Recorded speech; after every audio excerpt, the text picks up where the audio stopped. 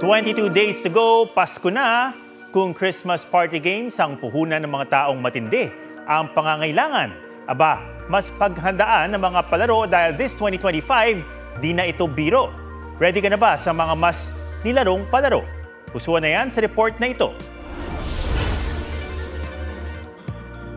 Bukod sa kainan, hindi nawawala ang mga palaro tuwing Christmas party. Kung hanap nyo'y pampakabag at wasak reputasyon, sagot na yan ng ilang netizen. Unang suggestion, breadwinner game. Sa game na ito, nakatali ang tinapay sa lubid na nakabitin. Sa kabilang dulo naman, nakatali ang hinlalaki ng paa ng player. Ang players, biglang naging flexible. Paunahan makaubos. Walang dignidad na masasagip, pero may premyo ka namang tinapay na ikaw rin ang uubos. Next game, Blow the Candle Challenge. Kailangan lang i-blow ang candle, pero ang catch, may stockings ka sa mukha. Dito lumalabas ang mga unreleased facial expressions ng mga players. Tignan natin kung may mukha ka pang ihaharap sa boss mo matapos mong banatin ang mukha mo. At para sa huling laro, garbage bag relay. Nakabalot sa garbage bag ang players habang nakasquat at kailangang makaikot sa upuan. Noche Buena package daw ang premyo ng mananalo. Kaya biglang lumabas ang fighting spirit ng mga empleyado.